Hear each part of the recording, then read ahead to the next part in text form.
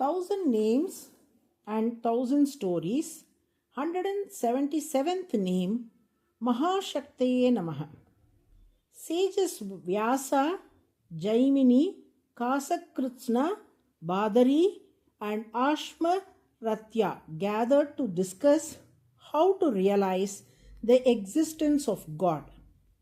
Vyasa began saying, only the conclusions established in the Vedanta can be considered valid principles for knowing God. There are no other ways to know Him. Sage Jaimini interjected, everything must have a base material. For example, a pot requires a potter.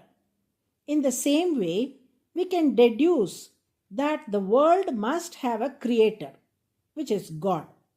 If we can realize the existence of God through reasoning, why do you insist that only the Vedas can lead to this realization? Vyasa responded, there are challenges with concluding God's existence through mere reasoning. For instance, in your analogy of the pot and the potter is skilled only in making pots and lacks knowledge in other areas like weaving or general education. By this comparison, God would appear to be limited to specific expertise.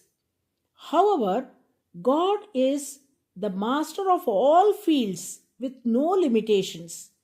How can such a limited analogy capture the nature of an omniscient God? I disagree with this method of realizing God's existence. Vyasa continued, moreover, when constructing a building, various roles like mason, plumber, and electrician are needed. By this reasoning, it would suggest that many gods are responsible for creating the world. How then can we assert that there is only one God? Further, Vyasa explained, in the case of a pot, the potter is the creator and clay is the raw material. However, in the creation of the world, both the creator and the raw material are God Himself. God is the causal entity and the created entity, including all material forms, the universe, and the living beings. Your analogy does not account for this. That's why I maintain that the existence of God can only be fully realized through the Vedas. Vyasa's point relates to the quote by the famous Kollywood lyricist Wali, who said, God is a fact, can be approved, cannot be proved. Sage Badari then questioned, some argue that there is no God. How is this possible? Vyasa replied, just as one cannot establish the existence of God purely by argument, one also cannot establish the non-existence of God through argument.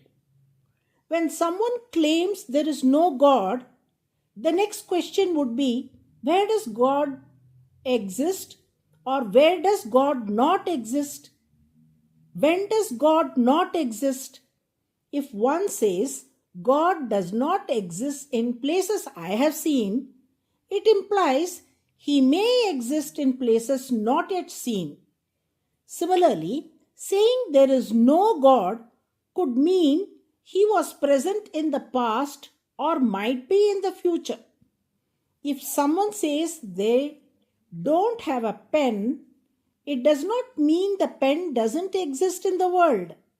From these examples, it is clear that when someone claims there is no God, it doesn't mean God does not exist.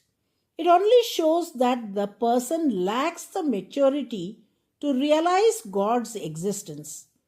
Even in the phrase no God, there is the presence of God. This concept is explained in Shastra Yonitvat from Brahma Sutra, Shastra refers to scriptures. Yoni means origin or source, and Tvat indicates cause. Shastra Yonitvat emphasizes that Brahman is the origin and basis of the spiritual wisdom found in the scriptures, illustrating the inseparable connection between Brahman and the Vedas. Since the Lord is both the creator and the causal entity, as per the Brahma Sutra, he does not depend on anything else to create. He creates from within himself. This is his supreme power, which is why he is called Mahashakti, the 177th name of Vishnu in Vishnu Sahasranamam. The Lord blesses his devotees who recite Mahashaktaye NAMAH with great capabilities.